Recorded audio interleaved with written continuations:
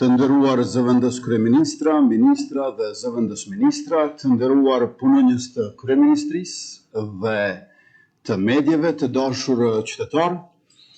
Sot kemi një mbledhje jo shumë të gjatë, por nga e cila do të dalim me lajme shumë të mbira. Sepse qeveria e mirë sjell lajme të mira. Qeverisja jonë e mirë po vazhdon me politika që kanë në qendër mirëqenien e qytetarëve dhe zhvillimin e vendit. Po e nisim me lajmin e mirë për të gjitha nënat e reja.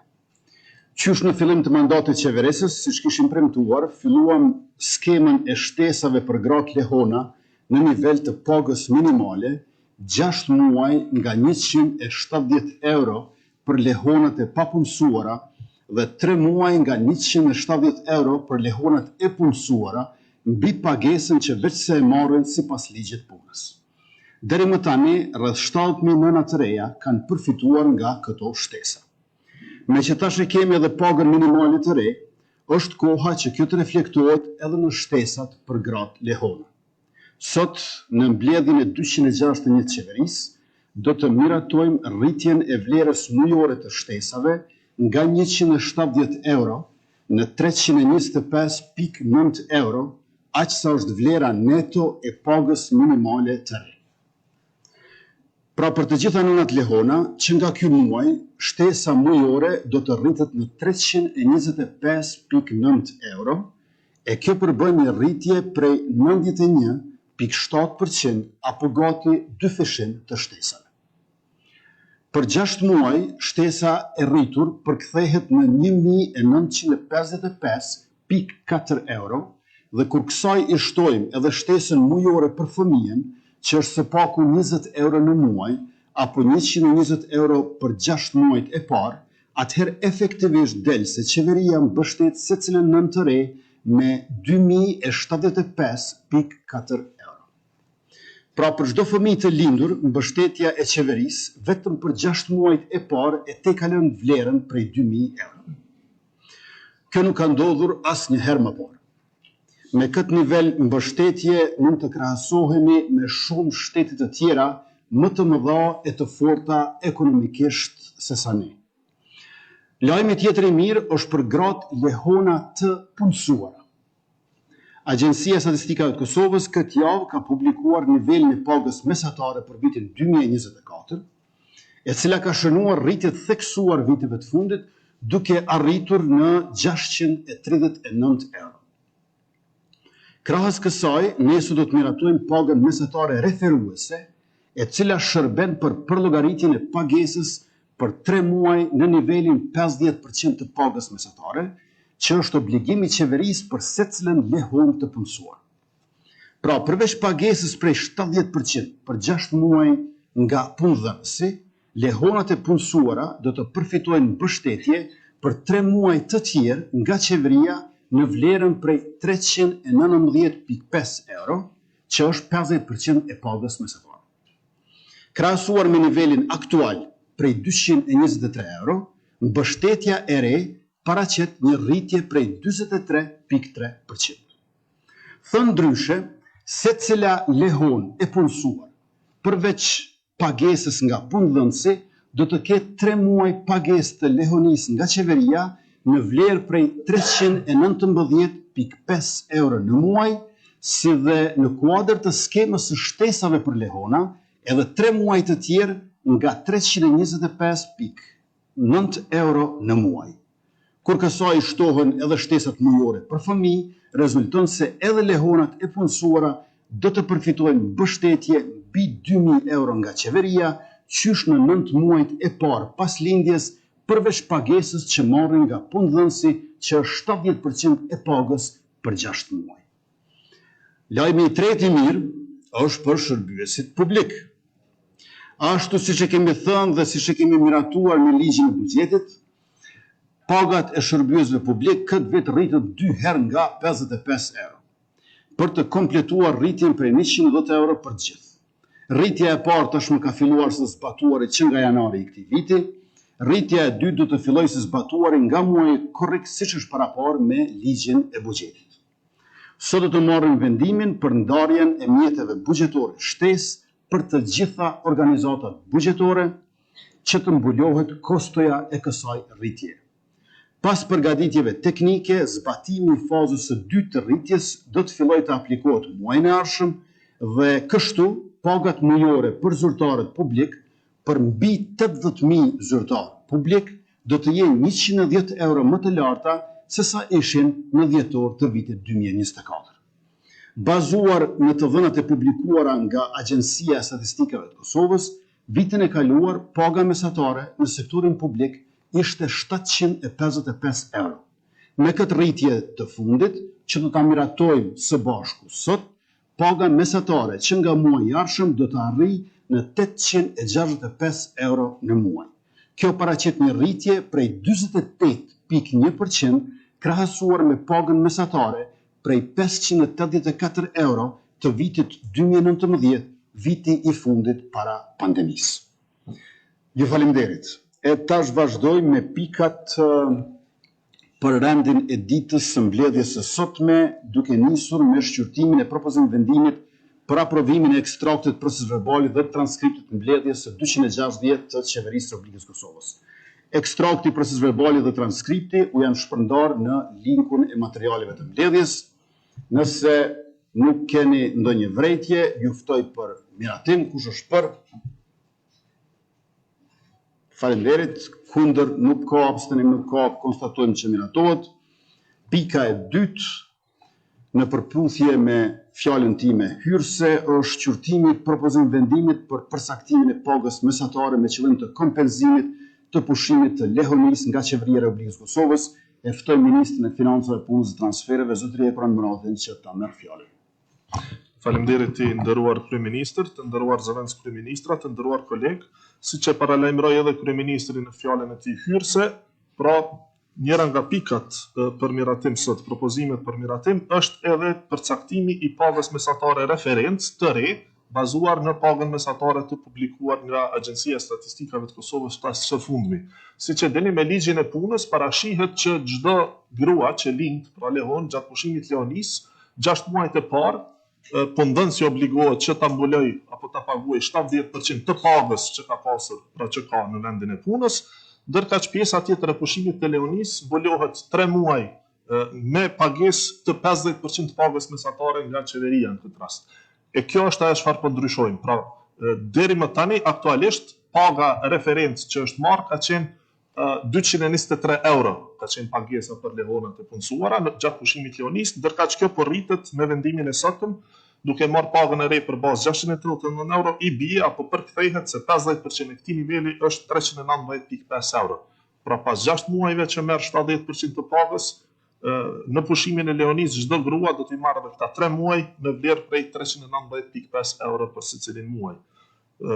Marr parasysh pra obligimin që kemi për zbatuar ligjin e punës, si dhe obligimin karshi nënave lehona në pushim të lehonisë, ju ftoj për miratim të këtij propozimi. Faleminderit. Faleminderit Ministër Murati, e do fjalën dikush për diskutim? Me që jo, atëherë ju ftoj për miratim, kush është për? Faleminderit, kundër nuk ka, abstenim nuk ka, konstatojmë që miratohet. Pika e tretë është shqyrtimi i propozimit vendimit për ndarjen e mjeteve buxhetore për zbatimin e nenit 33 paragrafi 2 të ligjit numër 08-332 mbi ndarjet buxhetore për buxhetin e Republikës Kosovës për vitin 2025. Ftoj edhe një herë ministrin Munatin që ta merr fjalën. Faleminderit i nderuar kryeministër. Pra, siç e dini, në ligjin për ndarje buxhetore është paraparë edhe rritja e pagave në sektorin publik dhe atë në 2 faza, pra siç parashihet në nenin 33. Faza e parë tashmë ka filluar se aplikuari ku gjysmë koeficienti i është shtuar secilit punonjës të sektorit publik, pra që marrin pagë nga buxheti i Republikës, ndërkaq faza e dytë parashihet të aplikohet nga muaji korrik, pra i këtij viti. Për të akomoduar apo për të mbuluar kostën e kësaj rritjeje, sot po marrim vendim pra që të ndajmë mjete buxhetore në të gjitha organizatat buxhetore në mënyrë që të mbulohet kostoja pra e rritjes edhe për gjysmë koeficientin tjetër për fazën e dytë, e që në tërësi pra kostoja totale është 31.261.385.93 euro.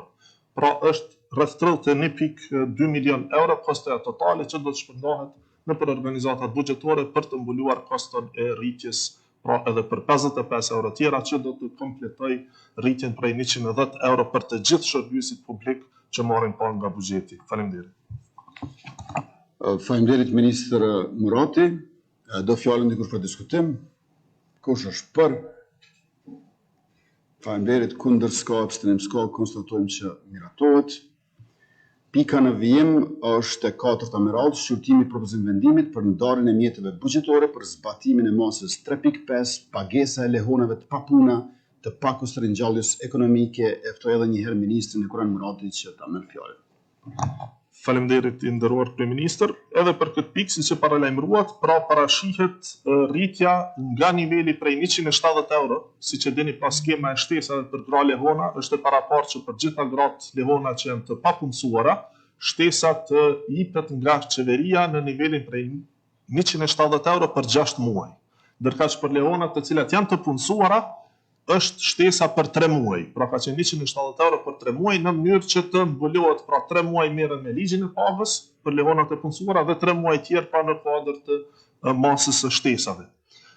Kësaj ky nivel, pra prej 170 euro, që nga ky muaj, pra parashihet të bëhet në nivelin prej 325.9 euro, që përkon pra me pagën apo me nivelin neto të pagës minimale të re, që është 350 euro bruto. Pra 325.9 euro neto është vlera e cila do të jetë që përbën një rritje prej mbi 90% krahasuar me nivelin paraprak, pra që kemi 170 euro. Sa i përket kostos, pra parashihet që për pjesën e mbetur të vitit duhet të akomodohet nevoja shtesë buxhetore fiskale, hapësira fiskale prej 10 milion euro, të cilat pra merren nga programi i ringjalljes ekonomike dhe alokohen në kodin përkatës shtesë, pra për pagesën e shtesave për lehona dhe për fëmijë. Faleminderit. Faleminderit Ministër Murati. Nëse nuk e do fjalën dikush për diskutim, ju ftoj për miratim. Kush është për? Faleminderit. Kundër nuk ka, abstenim nuk ka, konstatojmë që miratohet. Pika e 5 është shqyrtimi i projekt rregullorës për trajnimin dhe testimin e detyrueshëm si dhe certifikimin e inspektorëve të Republikës së Kosovës.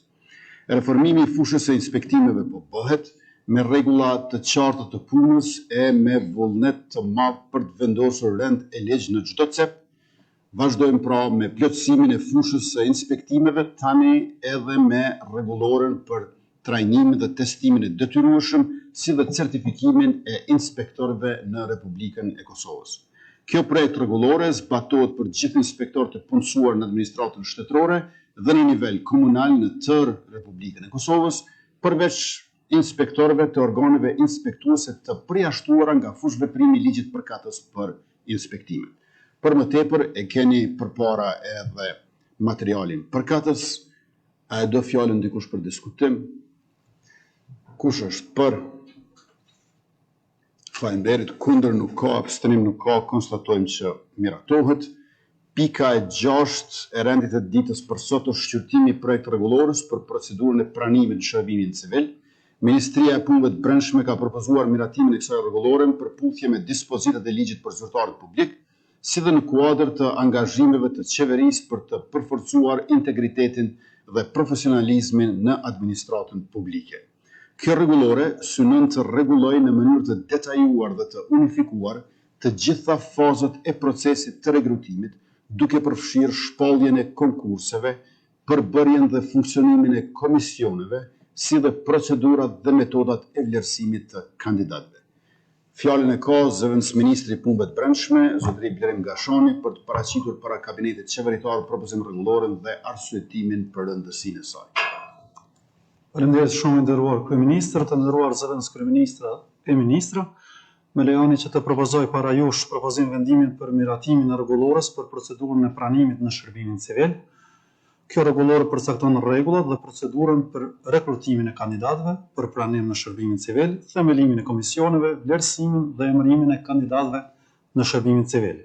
Qëllimi i rregullorës për pranimin në shërbimin civil është të sigurojë një proces të hapur, të drejtë dhe të bazuar në merita për përzgjedhjen e shërbësve civil në institucionet publike.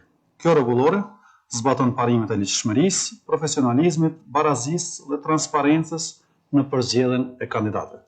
Me këtë rregullore synojmë të rrisim besimin e qytetarëve dhe të kandidatëve potencial në proceset të rekrutimit, si dhe të forcojmë integritetin e vetë shërbimit civil përmes zhvillimit të proceseve të rekrutimit të drejta dhe konkurruese që do të mundsojnë përfshirjen e profesionistëve të rinj dhe të kualifikuar në administratën tonë. Rregulloria është hartuar sipas dispozitave të ligjit numër 08 për L-97 për zyrtar publik, pas përfundimit të procesit të decentralizuar të rekrutimit nga institucionet. Prandaj, duke pasur parasysh rëndësinë e kësaj rregullore për zhvillimin e procedurave të rekrutimit, kërkojmë nga ana juaj që ta meratoni këtë rregullore. Ju falenderit. Faleminderit zëvendës ministër Gashani. Do fjalën dikush për diskutim. Kush është për? Faleminderit. Kundër s'ka, abstenim s'ka, konstatojmë që miratohet. Pika e 7 është shqyrtimi i propozimit vendimit preliminar për shpronësim për interes publik të pronave të palyshme të pronarëve dhe zotëruesve të interesit, të cilat preken nga realizimi i projektit ndërtimi qarkores së jashtme të qytetit Gjilanit dhe kyçja rrugës nacionale N25.2 dhe N25.3 drejt te autoudha R7.1. E ftoj ministrin e mjedisit, planifikimit hapësinor dhe infrastrukturës, zotëri Libor Naliun që ta merr fjalën. Faleminderit shumë i nderuar kryeministër, të nderuar zëvendës kryeministra, të nderuar ministra. Sipas propozimit të Departamentit të Shpronësimit, Qeveria e Republikës Kosovës me datë 9/2024 ka miratuar vendimin për shqyrtim të kërkesës për shpronësim për interes publik të pronave të palyshme të pronarëve dhe zotëruesve të interesit, të cilët preken nga realizimi i projektit ndërtimi i qarkores së jashtme të qytetit të Gjilanit dhe kyçja e rrugës nacionale deri tek autoudha në zonat kadastrale Pelekinc, Gjilan, Livoqjul dhe Livoqjepër të komunës së Gjilanit. Pas miratimit të vendimit të datës 9/2024, Departamenti i Shpronësimit me datë 6 nëntor 2024 ka mbajtur dëgjimin publik për komunën e Gjilanit dhe me pronarët e pronave konform nenit 9 të ligjit për shpronësim. Gjatë këtyre dëgjimeve ka trajtuar të gjitha komentet e pronarëve që kanë të bëjnë me procedurën e shpronësimit. Bazuar në nenin 4, 9, 10, 24, 45 të ligjit për shpronësim dhe plotësimet e bëra me ligjin 03/205, Departamenti i Shpronësimit ka konstatuar që janë plotësuar në tërësi kërkesat dispozitat ligjore dhe të vendosë që të procedojnë në Qeverinë e Republikës Kosovës propozim vendimin preliminar që propozon Qeverisë së Republikës Kosovës që të nxjerrë vendim preliminar për lishmërinë e procesit të shpronësimit për interes publik të pronave të palyshme të pronarëve dhe zotëruesve të interesit, të cilët preken nga realizimi i projektit ndërtimi i qarkores së jashtme të qytetit të Gjilanit dhe kyçja rrugës nacionale N25.2 dhe N25.3 deri tek autoudha R7.1 në zonat kadastrale Velekinc, Gjilan, Livoqjul, Livoqjepër, komuna Gjilanit sipas tabelave të bashkangjitura këtij vendimi. Për realizimin e këtij projekti është e nevojshme që të kryejmë procedurat e shpronësimit dhe vlerësimit të pronës për gjithë pronarët të cilët janë të evidentuar në tabelën e elaboratit të shpronësimit. Faleminderit. Faleminderit ministër Aliu, do fjalën dikush për diskutim. Atëherë ju ftoj për miratim, kush është për? Faleminderit, kundër nuk ka, abstenim nuk ka, konstatojmë që miratohet. Pika e 8 është shqyrtimi i propozim vendimit preliminar për shpronësim për interes publik të pronave të palyshme shoqërore mekanizmi që menaxhohen dhe administrohen nga Agjencia e Kosovës për Privatizim, shpronësimi i cilave është i nevojshëm për realizimin e projektit ndërtimi i ndërtesave të banimit të përballueshëm dhe social për komunën e Podujevës. E ftoj edhe një herë ministrin Aliu që ta merr fjalën. Faleminderit shumë i nderuar kryeministër. Sipas propozimit të Departamentit të Shpronësimit, Qeveria e Republikës Kosovës me datën 23/2025 ka miratuar vendimin për miratimin e kërkesës për shpronësim për interes publik të pronave të palyshme ish shoqërore mekanizimit që shoqërohen dhe administrohen nga AKP, shpronësimi të cilave është i nevojshëm për realizimin e projektit ndërtimi i ndërtesave të banimit të përballueshëm dhe social për komunën e Podujevës. Pas miratimit të këtij vendimi, Departamenti i Shpronësimit me 2 prill ka mbajtur dëgjim publik. Dhe zyrtarët e Departamentit të Shpronësimit dhe pronarët e pronave konform nenit 9 janë trajtuar të gjitha kërkesat dhe ankesat e pronarëve. Bazuar pranë nenin 4, 9, 10, 24, 45 të ligjit për shpronësim, Departamenti i Shpronësimit ka konstatuar se janë plotësuar në tërësi dispozitat ligjore dhe vendos që procedojnë në Qeverinë e Republikës këtë vendim preliminar për lishmërinë e procesit të shpronësimit për interes publik të pronave të palyshme ish shoqërore, mekanizimit që menaxhohen dhe administrohen nga AKP, shpronësimit të cilave është i nevojshëm për realizimin e projektit, ndërtimi i ndërtesave të banimit të përballueshëm dhe social për komunën e Podujevës, zona kadastrale Podujev, Komuna Podujev sipas tabelave bashkangjitur të këtij vendimi. Për realizimin e këtij projekti është nevojshme që të kryhen të gjitha procedurat e shpërtësimit. Ju ftoj sa mirator. Faleminderit ministra Aliu. Do fjalën dikush për diskutim. Kush është për? Faleminderit, kundër nuk ka, abstenim nuk ka. Konstatojmë që miratohet pika 9 është shqyrtimi i propozimit vendimit për ndryshimin dhe plotësimin e vendimit të qeverisë numër 12 hye për 253 të datës 21 mars 2025, kërkohet miratimi i ndryshimit të përbërjes së Komisionit ad hoc për vlerësimin e sekretarit përgjithshëm të MMPHI-s për shkak të mungesës së kryesuesit dhe ndërrimit të udhëheqësit të personelit. E ftoj përsëri ministrin Liburn Aliu që ta merr fjalën. Faleminderit shumë nderuar kryeministër, për shkak të pamundësisë për pjesëmarrje të kryesuesit të Komisionit Vlerësues dhe për shkak të ndryshimit të udhëheqësit të personelit në ministri, kërkoj nga ju që të miratoni propozim për vendimin për ndryshimin dhe plotësimin e pikës 1 paragrafi 1.1 dhe 1.4 të vendimit të qeverisë numër 12253 të datës 21/3/2025 për emërimin e Komisionit ad hoc për vlerësimin profesional për pranimin në pozitën e kategorisë së lartë drejtuese, sekretar i përgjithshëm i Ministrisë së Mjedisit, Planifikimit Hapësinor dhe Infrastrukturës. Faleminderit, ftoj sa mirator. Faleminderit ministra Aliu. Do fjalën dikush për diskutim. Atëherë ju ftoj për miratim, kush është për? Faleminderit, kundër nuk ka, abstenim nuk ka, konstatojmë që miratohet. Dhe pika 10 është shqyrtimi i propozim vendimit për hartimin e planit hapësinor për kompleksin memorial Adem Jashari në Prekaz. Ky kompleks përfaqëson një ndër proceset më delikate dhe më të rëndësishme për Republikën tonë.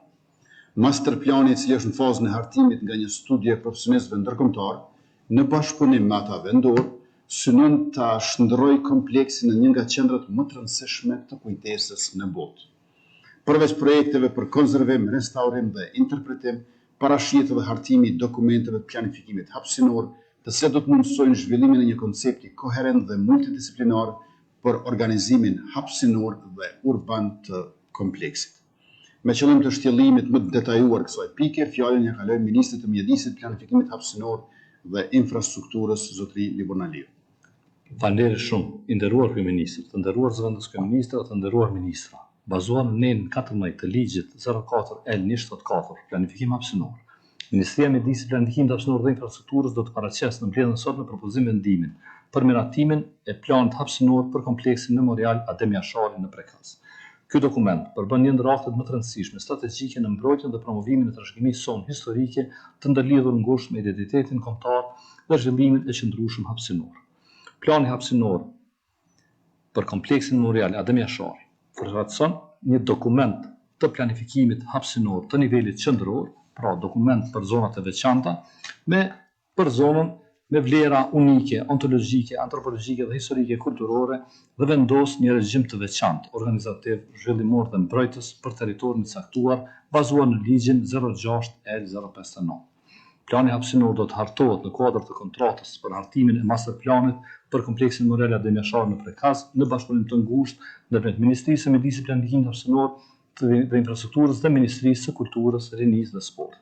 Afati i tij i zbatimit është së paku 8 vite, duke qenë se propozim vendimi për plan hapësinor për kompleksin memorial Adem Jashari është i harmonizuar me legjislacionin në fuqi, atëherë kërkoj pra që ky propozim të miratohet sot. Faleminderit shumë. Faleminderit ministra Aliu. A do dikush fjalën për diskutim? Kush është për?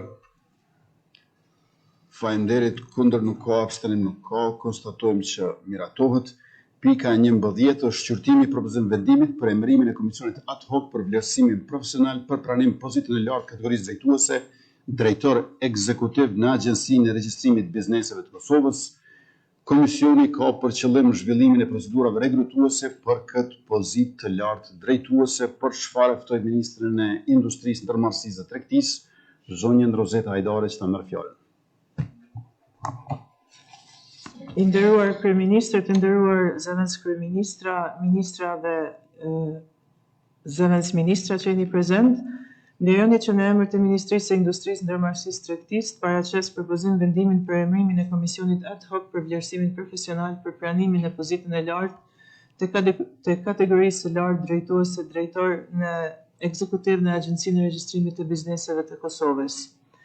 Ky propozim vendim është në pajtim me dispozitat përkatëse të rregullores numër 17 të vitit 2024 e punës së Qeverisë së Republikës së Kosovës.